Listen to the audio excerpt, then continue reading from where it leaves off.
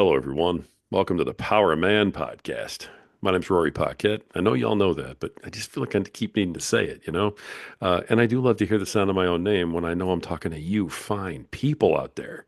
Folks, you have done such a magnificent job since we jumped up in producing content. We're putting stuff out 4 days a week at the very least, and we're trying to hit five. Folks, you guys are amazing, and you've showed up in droves. And the DMs that have been coming in, amazing. Thank you so much for all of it. And at this point, I'm pretty sure I've gotten back to all of you. I'm almost positive. If I didn't, DM me again. Don't be shy. This is Power Man. Come on, let me know. All right, step up. We have a fantastic guest with us today who we're going to get to in just a minute, talking about some really, really good stuff, good topics. You guys are going to really enjoy it. Before we get going, you do know what we have to do. Got to pay a couple of bills. So I'm going to take a sip of my preferred beverage. Here we go. Just made a hot cup of that right before I sat down. Folks, you know what we're drinking. That's right. It's Freedom Hill Coffee. At Freedom Hill Coffee on Instagram. Look them up. Deep, dark, rich, bold, and beautiful. Just like my wife. They brew a mean cup of joe. Absolutely fantastic. They do all the right things for all the right reasons. And most importantly, and you guys know I mean this, they support veterans. And folks, y'all know how important veterans are here at the Power Man. One of the reasons why we support them. Folks, go check out Freedom Hill Coffee at Freedom Hill Coffee on Instagram. Tell them Power of Man sent you. All right. I'm going to take one more sip of this so I can keep up with this young buck sitting across the table from me. Oh, and folks, this guy showed up with so much energy that I'm not sure I can. So this is going to be a little test of, what the old guy's got in the tank. Here we go. All right. Please welcome to the show, Christian business leader coach, Peter Awad. How you doing, Peter? And welcome to the show, man. You did it, man. You did it with my last name. I Did I get appreciate it? that. All right. Yes, you did it. You did it. Excited to be here, man. I appreciate you. Looking forward Thank to you. it. Thank you for being here today. Listen, folks, they heard your title, and that's great. They may have an idea of what you're doing, but they don't know the depth of it. But before we get into any of that, man, let my listeners know, who is Peter? What are you about? What brings you here today, brother? Yeah, yeah. Quick nickel tour of my life, man. It's like grew up in a immigrant home, Central Florida. They had a store in a trailer park meth town, and really from an early age, learning what it meant to make a dollar. And I loved every minute of it. I loved it. Started working when I was 7 years old, getting paid $5 a day. And I loved it, man. I loved the idea of buying a can of soup for 40 cents and selling it for $1. Like that was just, I remember how exciting that was, or, cashing out the register at the end of the day and helping my dad at the age of 10. And so fast forward, what every family like that wants you to do is get a respectable degree. So I got an engineering degree. My brother has an engineering degree. My sister's an optometrist. You get the gist. And Wow. so, but in that process, learning that I wasn't interested in it. I wasn't cut out for it. It wasn't something I wanted to do for the rest of my life. And so I started my first e-com company in 2000. And so for the young listeners, they're like, the internet was around in 2000? Yeah, it was around. We were selling things. Yeah. PayPal, eBay, you know the thing. And so started that, man, and it was just like off to the races. Really, really excited. Moved to the Midwest, got married. I have had 4 kids now. We just celebrated 21 years of marriage, and had a software company, ran another ecom business we just sold last year. But all the while, and I'll tell you right now, realizing I gravitated towards ecom because it was just a grocery store on the internet. It was the same thing I'd been doing since I was a kid, just shipping things now. But all the while, just feeling like a square peg, feeling like I was working on what I was good at, but not what I was great at. And every couple of years, I'd have a crisis, and my wife was like, "Man, I'm kind of sick of you, falling off the wagon every couple of years and losing your mind. You need to figure it out." And so I started getting coached. And really, what I wanted to tease out, Rory, is that, what are my superpowers? What are these gifts that God gave me that are just natural to me and not supernatural to everybody else? I don't even know. And I don't know about you, but as you get older, you get grumpier. As you're older, you get more practical. And you start saying old man things like, this is what you should do. This is how life is, right? And you lose connection with how God made you. You lose connection with what used to bring you alive and get you excited. And so it was fun teasing out superpowers with that coach, but I was immediately depressed because I thought these aren't skills that are marketable. These aren't skills that I can actually use in the marketplace. And I remember my coach telling me, he's like, "Oh, you don't get to know that yet. This is that red Jeep you decide to buy, and all of a sudden you look around and everybody's driving red Jeeps. This is that reticular activation system, right? Like you see those superpowers we just teased out, and they don't look like anything right now, but I tell you right now, as you start to look around, you're going to start to see opportunities where you can flex those superpowers. Not clear to you yet, but they will be. So fast forward about 6 months, sure enough, I'm like, coaching, that's interesting. And so, like I always do, I start asking people questions. I start, saying, "Hey, Rory, I'm thinking about doing this thing. What do you think about it?" And it's people that I know, like, and respect. People that have they're either in the industry or they've had a lot of experience, and they're going to shoot me straight. Most importantly, and usually, about 50% of those people say, you missed it," or "This is a dumb idea," or "There's a bunch of tidbits you missed here." This is the first time in my life where 100% of the people came back and said, "Of course, this is what you're going to do." Several of Really? the people said, "You've been coaching me for years, man." And to those people, I'm like, "Hey, I don't think you heard me right. I'm thinking about doing this thing. I'm not doing it yet." They're like, "No, no, no. You've been coaching me for years. You just didn't know." And so fast forward a couple of years and really like continuing to tinker, I really have found my sweet spot on what I was put on this earth to do, which is what I've been telling people is using my voice for good and transformation. Right now, that's coaching. In the future, that might be coaching and public speaking or podcasting or whatever. You and I talked about that a little bit before the show started, but using my voice for good and transformation. Now, why that demographic? It's because when I discovered that coaching was for me, I was also kind of frustrated because I know a lot about different business models, and I'm like, how did I miss this? Gosh, it's right in front of my face. And then I realized it's because I don't like coaches.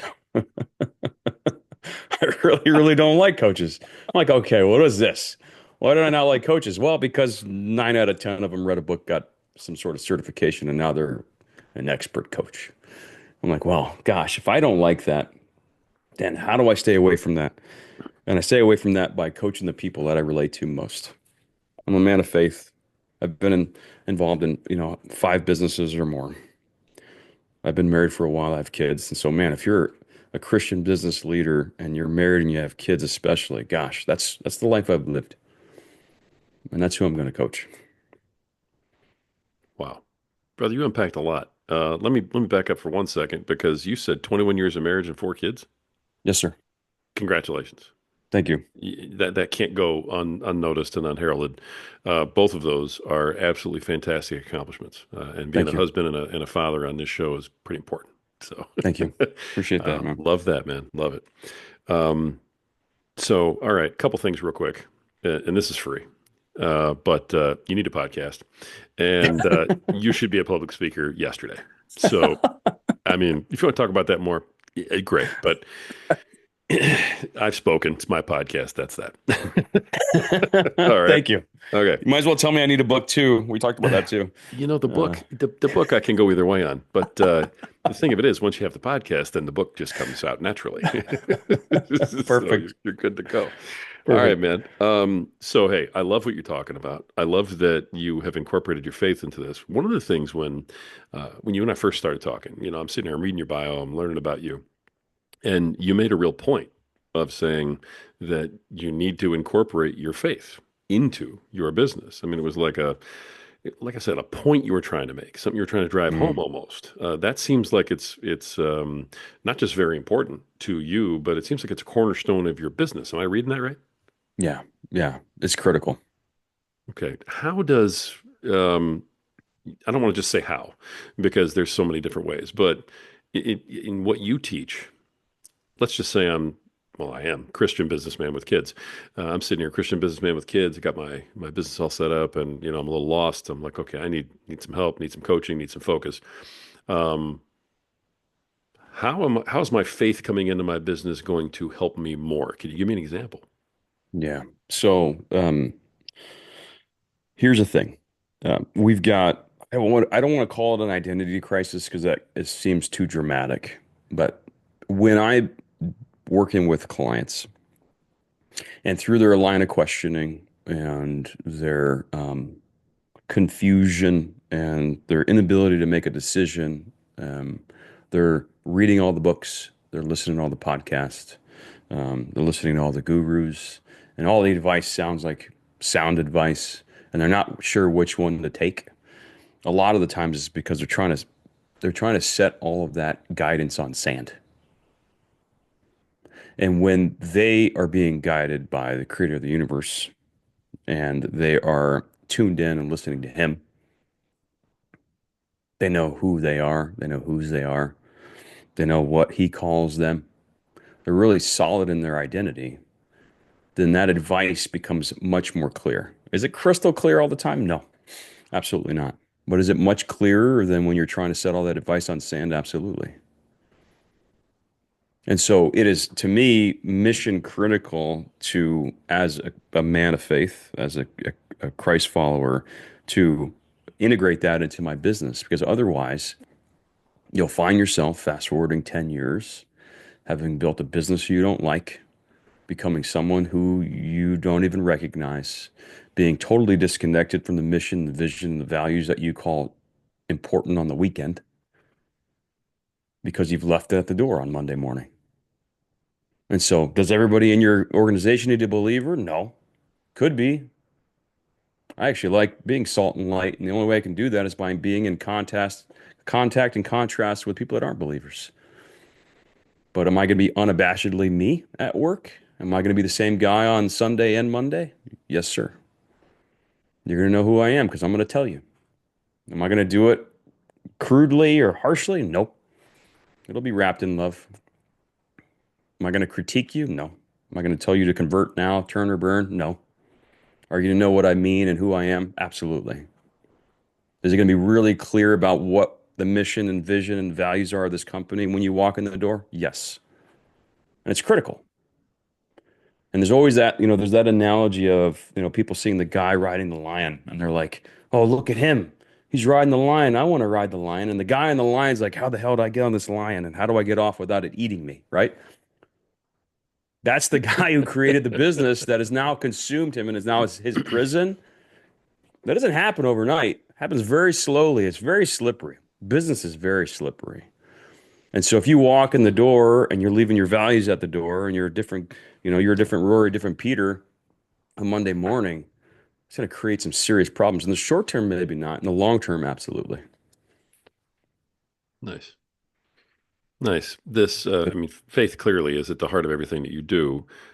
Was that something that you got from your dad also? Yeah, you're working next to him in the store. Is that from your parents, or is that something that happened for you later on, with a certain event? It's a very good question. I don't think anybody's ever asked me that. Faith was a component of our life growing up. Was it on the forefront of everything he was doing in business? I wouldn't say so. Was it always there? For sure. Was it overt and blatant? I would say that's not the case. Um, I had also in my businesses been a man of faith, but I would say that most clearly answering your question, I was the guy on the lion. Like it wasn't something that I was thinking about, and it was on the forefront of my mind every day, every week, every month, every year. It was who I was kind of outside the office walls. Interesting. Yeah. Was there was there a qualifying event? Did you go through something? Did you have an awakening? Where did it come from? The idea that you now have, that you run with, that you teach, to say, hey, this is how you either steer the lion or, get off it, and get it under your control. Yeah, I would say there were a few events that not one of them not one of them was like a lightning bolt moment. There's a couple, and I'll share one with you specifically here in a second. But it was stacked over time, realizing like, oh, okay, this is where a lot of my friction is. You see, we don't ask the question enough as men, and I think I can make that blanket statement. That's been my experience with the guys that I've worked with, of really sitting back and peeling back the layers and asking the five whys. I think a lot of times we have a problem and we look for a solution externally or internally. and then we solve that problem. And we're putting band-aids on things. But if we're seeking the Father's wisdom and advice and truth telling and being honest, and then really figuring out, like, hey, what is this? Like, I keep finding myself here. What is this? Is this a scorecard and metrics and KPIs problem? Am I having an employee issue and I'm just hiring the wrong people? Am I just working too much? Do I need to exercise more? Maybe I need a cold plunge, right? It's all these different things. And it's not that any of those things are wrong. Well, those are all band-aids. What is actually happening? And so when I sit down with a client, and I just had this happen last week, it was just so profound, man. And we do a lot of group coaching, just a little bit of one-on-one. This particular one-on-one was so interesting because I just felt compelled to ask him more and more whys. And we got to the core of it. And he realized, man, he's been putting band-aids over this problem that just kept resurfacing, but he never rooted it out. And his was just like, oh, I have a fear of being satisfied. And so we got to the root of that. He's like, because he kept saying, like, man, if I slow down, man, listen, my schedule's a mess, but if I slow down, Peter, I'm gonna lose my edge. I said, oh, that's interesting. Tell me about a couple times that's happened in your life. And he's like, what? Tell me a couple times. When's that happened? What'd you learn from that? He's like, oh, it's never happened. I'm like, oh, this is really fascinating. And just so finding, like rooting that out is what's so critically important. I don't even remember your question. I talk too much. It's okay. I've loved where you were going, so I wasn't going to stop you, brother. Um, I was curious if there was a qualifying event, something Yes. that caused you to start thinking this way, where because you're self-admittedly the guy on the lion, which Hmm. I love the metaphor. It's fantastic. So, Yeah. but yeah, I wonder what that event was, man. What happened? Yeah. So slowly over time, realizing I needed to lean in and ask him for guidance. And then I call these life clarifying moments, man. And there's some times where these I don't know that most of us are walking around fully with life fully in focus. Like a little fuzzy. It's like if you look through a camera, you're like, gosh, I got to turn the focus, just turn it down just a little bit, and I can actually see everything clearly. Most of the time, it's a little fuzzy. When you have these life clarifying moments where it's like, click, oh my gosh, it's like I can see everything clearly. And usually for me, it's been around life or death situations. Somebody, you're losing somebody, they died suddenly, the cancer diagnosis, things like that, where just life comes into focus. And then for me, it's always like, wait a minute, hold on a second. I don't even like what I'm doing. If that was me with a diagnosis, would I be happy with how I'm going to spend my last few weeks, months, years? Hmm. And it's just like a zoom out. And I don't really like having these moments because it makes me think that I'm not being introspective often enough. But one situation, that was more of an inflection point and less of like a smooth sort of upward trend was my now 17-year-old daughter. When she was 14, she had a stroke. And it was like the heaviest moment as a parent, as a spouse, especially as a father, man. For the dads on the call, like you feel like I should be able to fix things, right? And like those are those moments where you're like, I really can't do anything. Like I can't reverse this. There's nothing I can really do to stop what's happening right now. And it was one of those moments where I zoomed out and was like, dude, I don't even like what I'm working on.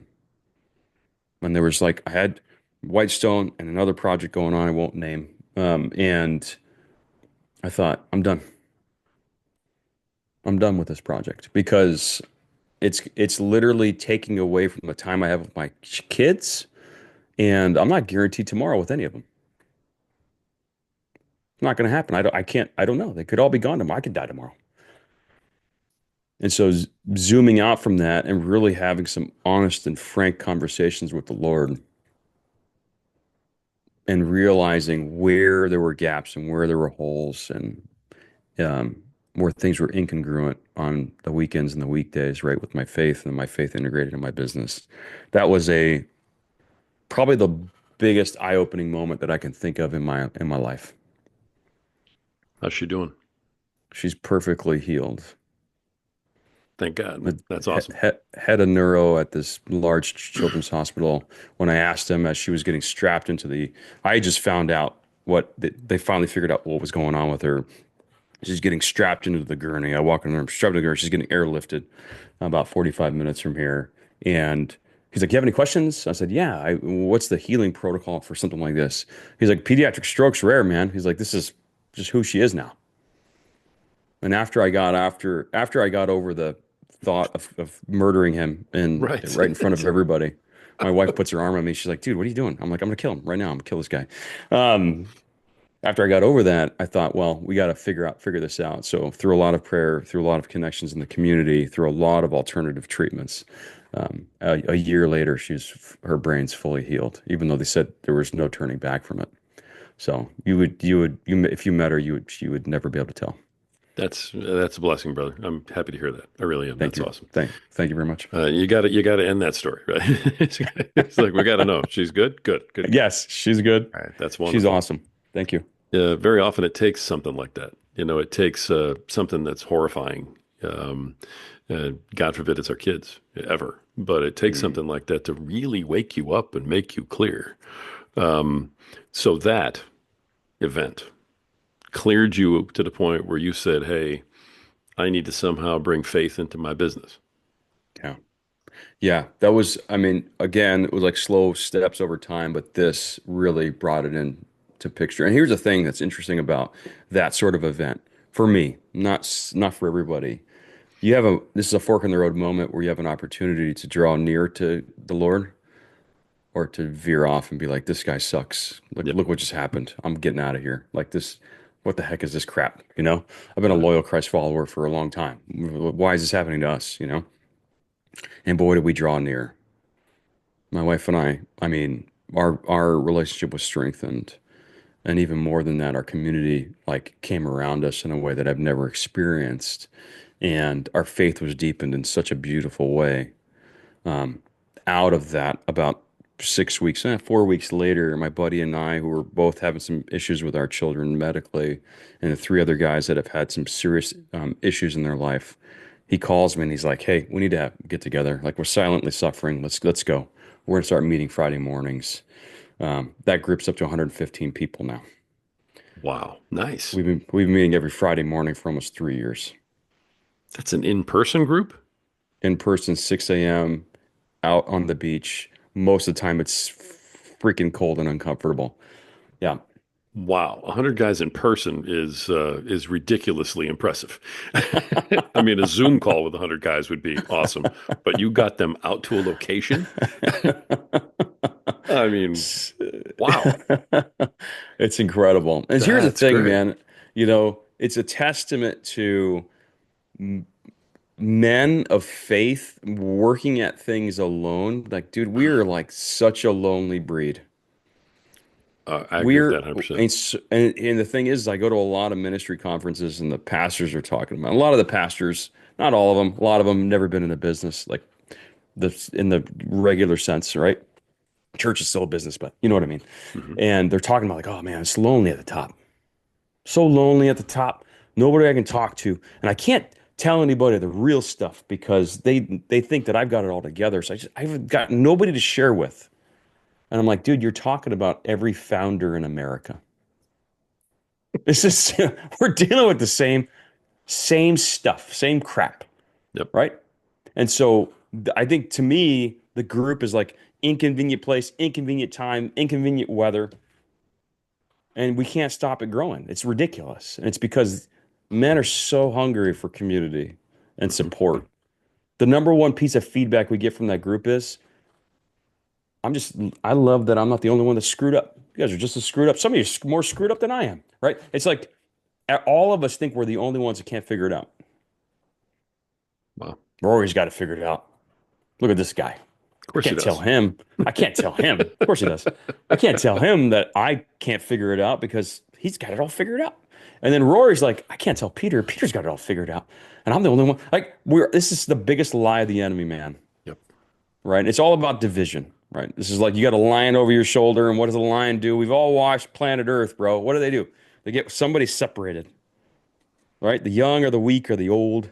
Let's get them separated and then we're gonna eat them. That's what this is life. No, bro, we got to get together.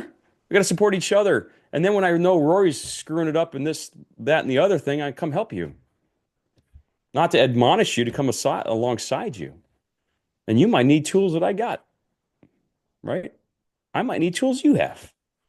So this is why I love like coaching. I love the group coaching environment because it's like, man, we're better together.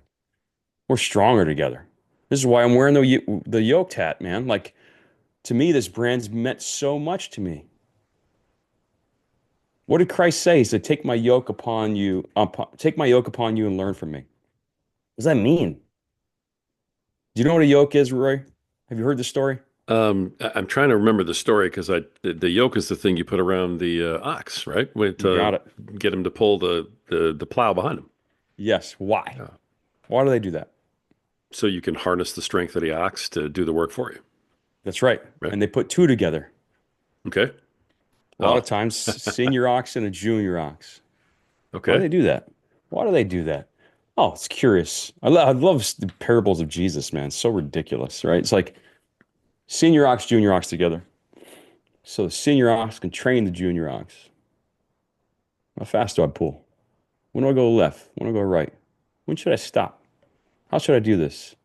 And the senior ox is like literally connected to him. He's like, I'm just going to train you. You just do what I do. And oh, by the way, you're too weak. You can't carry the weight on your own anyways. I'm going to carry it with you. And the senior ox carries a disproportionate amount of the load. Junior ox can never pull that cart by himself. He's too weak. He's too young. And so when Jesus said, take my yoke upon you and learn from me, he's like, dude, just hang out with me. Just be with me. Just stay next to me. I'll show you what's up. And he said, my yoke is easy, my burden is light. He didn't say there's no burden, but it's going to be lighter than it is if you try to carry it on your own. Again, why we're better together is because we're trying to carry a weight we can't possibly carry on our own. We can't do it. That's why we're so tired. That's why we're so stressed out. That's why we're so burned out. And Jesus is like, dude, just hang out with me, man. It's easy. Just be with me. I'll show you what's up. So the idea of the brand is that you should strive to be yoked yourself next to Jesus. Be reminded, I Yeah, am yoked. right. Remember that you are yoked. And oh, by the way, like we as a community need to link arms and continue to work together. Nice. Yeah. Nice. So you're working on, I mean, you say that you're working with Christian business leaders, and that's who your market is. I get it. That's cool. But you're working on them as men. It sounds like an awful lot as opposed to just working on the business part of it. Yeah. Okay. Yes. Nice. Yeah. Nice. Because um, my friend used to say, um, what's it worth to be a public success and a private failure? Hmm. And when you have people that have big moral failures or their life implodes, right? Famous people you see on the news and you're like, what the heck? Thought this guy was killing it. It's because their core was weak. Right? You got self, family.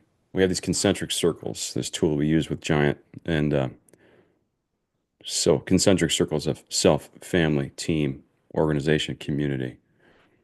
When we don't work on the core of self and family, it can't carry the weight of team, org, and community. Again, we're like piling all this weight on sand. Got to work on Nice. the guy. Nice. I So mean, it you think starts then. about, Go ahead. yeah, well, you just think about like, anybody on your team or you personally, when it sucks at home, it sucks at work. Can't think straight. Yeah. How are you gonna, how are you gonna, Universally. Yeah. how are you gonna do it? Right? It's like a bamboo shoot under your fingernail. Like you can't focus. Right. Yeah. Where do men start? In what way? Well, I'm lost. I'm over here, and I can't, grow my business because I'm riding the line. Things aren't good at home because I'm stuck riding the line. So nothing's jiving, right? When I talk to men about stuff like this, and they're unloading about some of their issues, a lot of the things that men share is that they just don't have any idea where to start. It's like I can't give up this. I can't give up this. I can't give up that. And it was kind of like what you said in your story, where the guy goes, "If I ever slow down or stop doing this, then I'm gonna lose my edge," right? You probably could ask him the same question, but by the same token, every guy I know who is overwhelmed like that comes from a position of, I can't let go of anything. I have no idea where to start. So my question for you is that if you're coaching somebody like that, where do you start? What's a good thread to start pulling on to get, the rest of this trap to unravel? Yeah. I feel like it's different for each individual, and every coach is going to have a different answer. For me, I like to start from the beginning. And so, you hear a lot about nature and nurture. And we go down that path of like just being like, hey, so what was your life? What's your life look like? Let's print out your timeline. What were these major high points, major low points? One of my giftings is seeing the path from A to B really quickly for people. That was one of the superpowers that was teased out. And so I start to see trends in terminology, in the shoulda, coulda, wouldas, and the what I have to do, like these terms that my buddy used to call marriage words. And just hearing those sorts of things, and then understanding your natures, how God made you. And so we do a pretty deep dive on like, what are your superpowers? What are your strengths? What are you weak at? And then we put those together. So it's nature, nurture, then choice. It's like, all right, now that you know how you were brought up and how that kind of shaped you, and you pair that with how God made you, and that's the contact lens through which you see the world. What are you going to do about it? What's that look like? And so we start working through that. So there's a number of tools and frameworks that we tease out.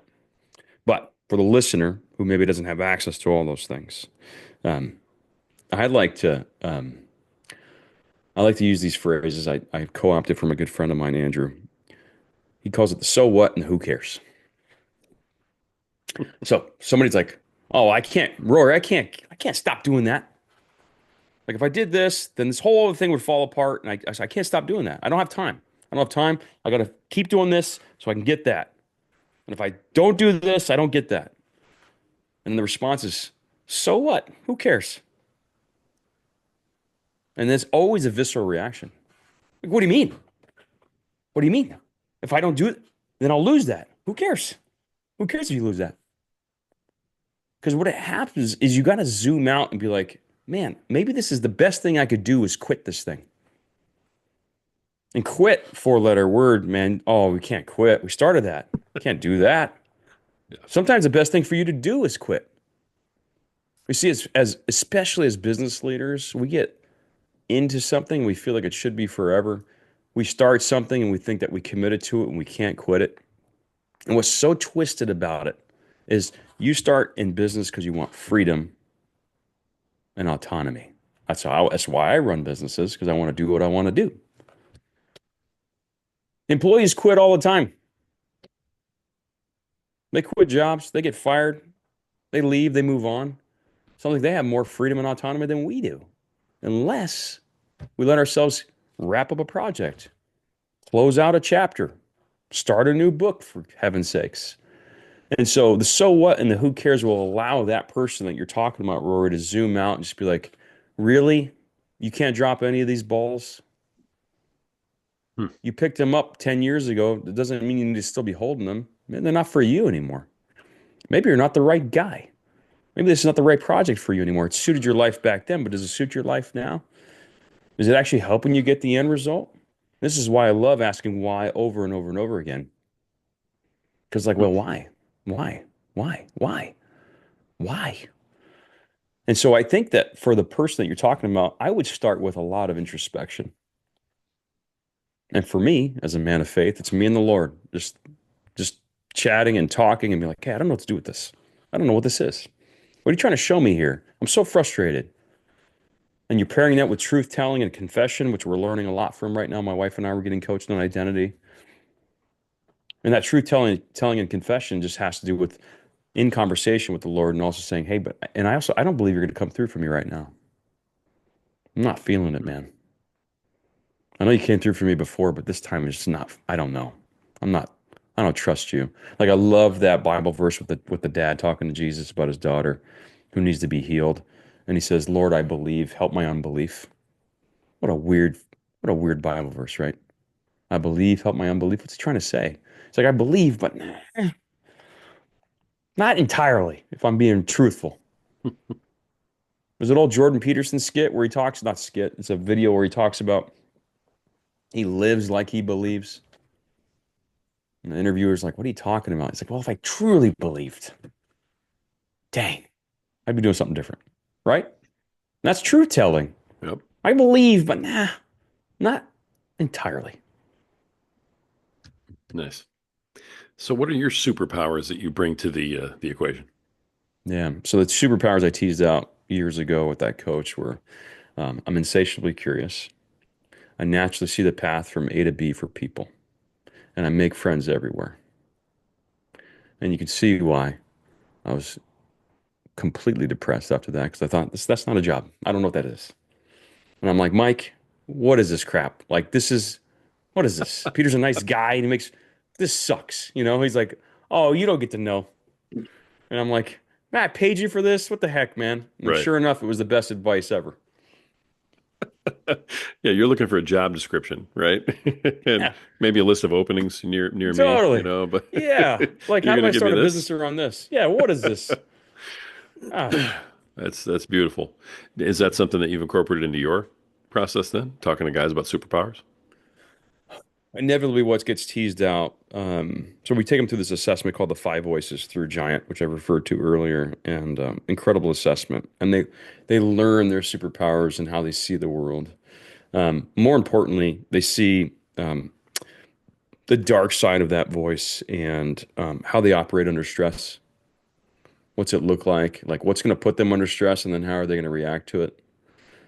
For me, so they use this term triggers and weapon systems, and so my weapon system is a grenade launcher, which for anybody who's not on video, I'm Egyptian and I have a cousin named Osama. It's a true story.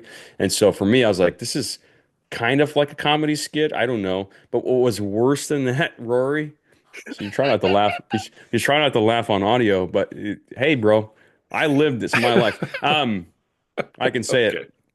I'm I'm like, making a oh lot of man, we people. just went right off the rails. Oh, bro, I'm making a lot of people uncomfortable. But the kicker is that I actually have a World War II practice grenade. I've had it on my desk for 10 years. It's a practice grenade, so it was never, it had colored powder in it or something.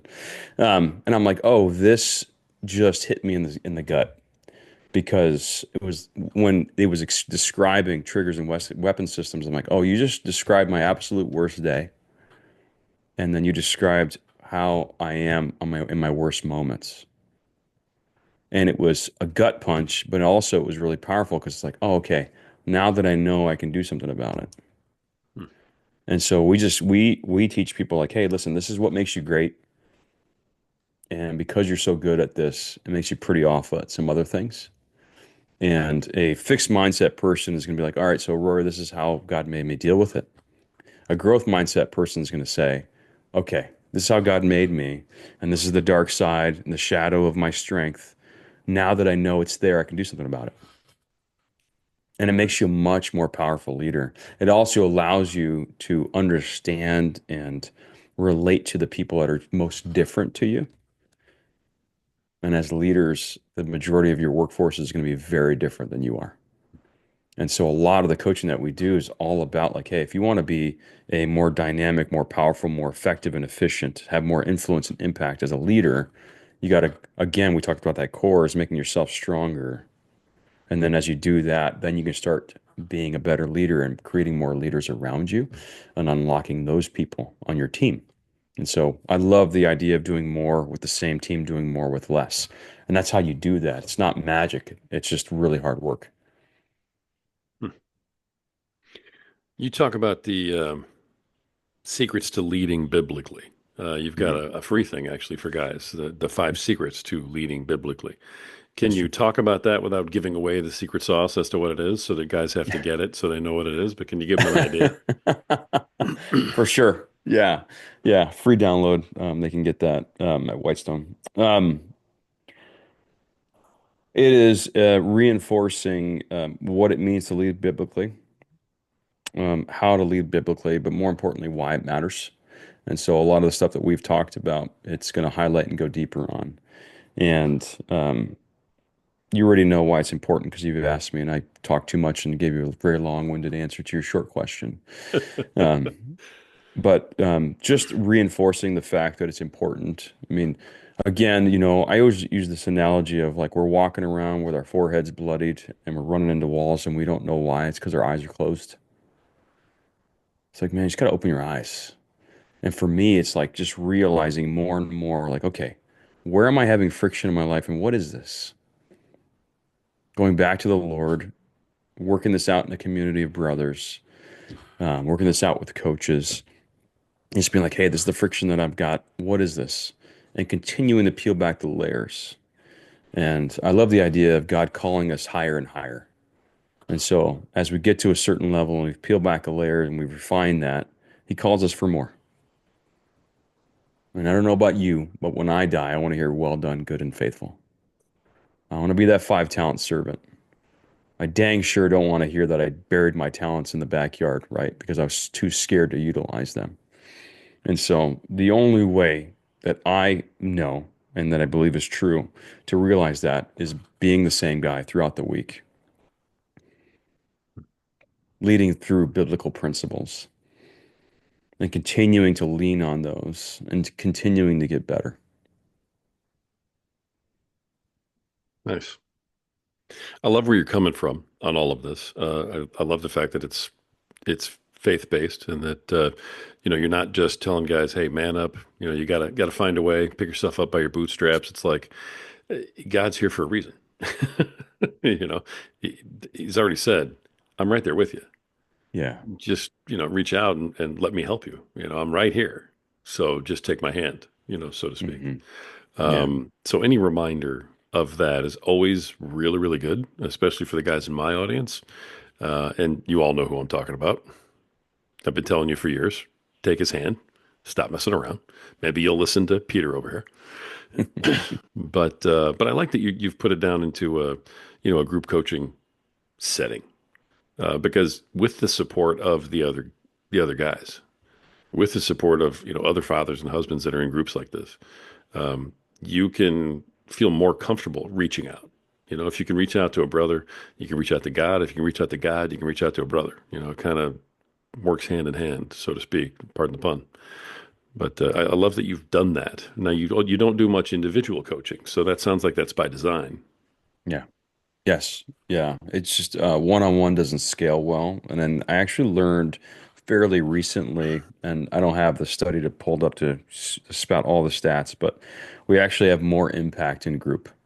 Hmm. And so it's contrary to what you would think. It's contrary to what I thought before I learned that, is that you would think you'd have more impact one-on-one. But what's really interesting is that when you're in a group setting and you start hearing other people, like there's a third person in the room, and then they hear Rory's anecdote, it might land better than my anecdote or your experience with a tool that you just learned or how you exercised it with the team or with your family.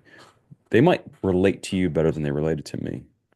And so hearing that collective wisdom and feedback and experience, it actually impacts their growth as a leader and as a family man faster than it would on one-on-one.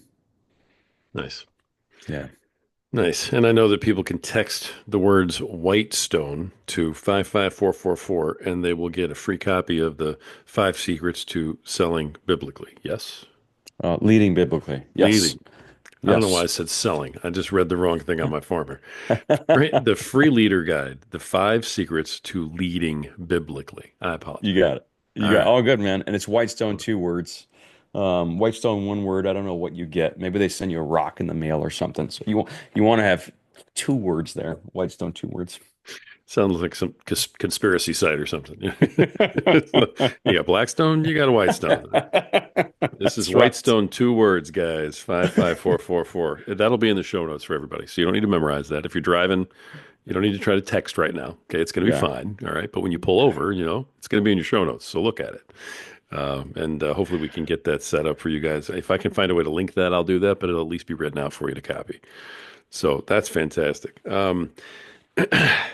Peter, I love everything you're doing here, man. I love where it's coming from. Thank Obviously, it's you. coming from the heart, and you're very moved by everything that you talk about. And you mentioned that you had a long answer to a short question. That just means that you care, man. Thank you. Means you give a darn about all of it. Yeah. So I love those. As we kind of round things up here, I love your program. I hope that everybody gives it a shot if they feel like it's good for them, if they're connecting with you, and they haven't had a chance to hear you public speaking yet or on your own podcast or anything like that, which we're going to work on. But if somebody wants to reach out to you, the texting is the best way, and is there a website or anything, or is it just the text is the best way to do it? Yeah, they can go to whitestonecoach.com. And so that's where they can read more about me and reach out there. My direct email address is peter@whitestonecoach.com. And that'll find its way to me too. And so happy to have conversations, man. This is like my favorite thing to do. Beautiful. All right, I'll make Yeah. sure that's in the show notes too, so people can click on that and talk to you direct.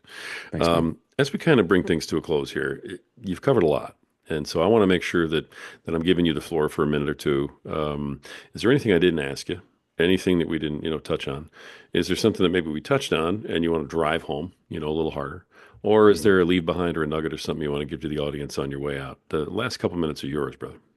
Yeah. I so there's a couple things here. One is for the person that's on the fence that they're just like not sure, like I don't know about this Jesus guy and the Christian faith, and I've had a lot of experience and and I get that. Like some of the worst people I've interacted with were believers. So let's just put that out there. Like that's true, right? Because we're Okay, all human. We're all it's fair. human. Yeah. All right. And so for the person that's on the fence and Jamie Winship, I heard him telling a story recently, and I'll reiterate this because I think it's really, really interesting. He's telling, he's at a Christian school and he's giving a talk, it's high school, and he's sharing his story and his anecdotes. And a girl walks up to him during one of the breaks and she said, I love everything you're saying. I haven't heard it articulated this way, but I can't receive any of it. And he says, why? And she says, well, because I'm atheist. He goes, that's okay. I watch the Orlando Magic. And she says, what? He goes, oh, I'm sorry. I thought we were talking about teams. She's like, what are you talking about? He goes, well, let me ask you a question. Have you ever believed in something that was unlikely to come true? I said, yeah. Have you ever believed in something that you couldn't see? She's like, yeah. He's like, okay, well, in my faith, we would call you a woman of faith. So how about when you go into the next session, just leave your atheist team tag at the door and just wear the team tag of woman of faith and then tell me what you hear. And it was transformative for her. And so for anybody who's listening who's on the fence and they don't really believe in all this stuff that I've been talking about, that's okay.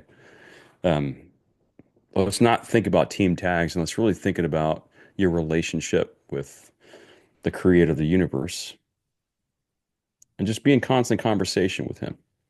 And feel free to tell him, like, I don't believe in you or I don't like you or whatever, the harshest thing you can think of that you don't want to tell him because you don't even believe he's there. And if he's not there, that's okay. You're not talking to anybody, right? So there's no harm done there.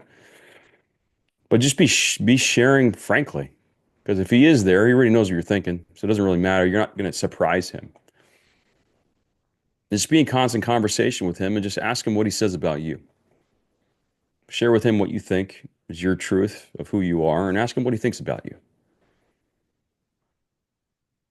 And just write down what you hear. That's one thing. Which is totally unrelated to leadership, but I feel like it's important to share. The other thing is, I want the people listening to be thinking about what your current mode of operation as a leader and as a family person is costing you, especially for this example that you gave, Rory, about someone who's like, "Well, I can't give up all these things because I just don't have time." Okay, well, what's that costing you? It's not free. I can tell you that right now. And so if you are living your life right now, and then fast forward 10 years, you're living that same life, going the same route, where are you going to be? And do you like what it looks like? Just visualize it for a moment, right? If you're putting on 3 pounds of 3 pounds a year, oh, the next 10 years, you'll be 30 pounds heavier. How do you feel about that?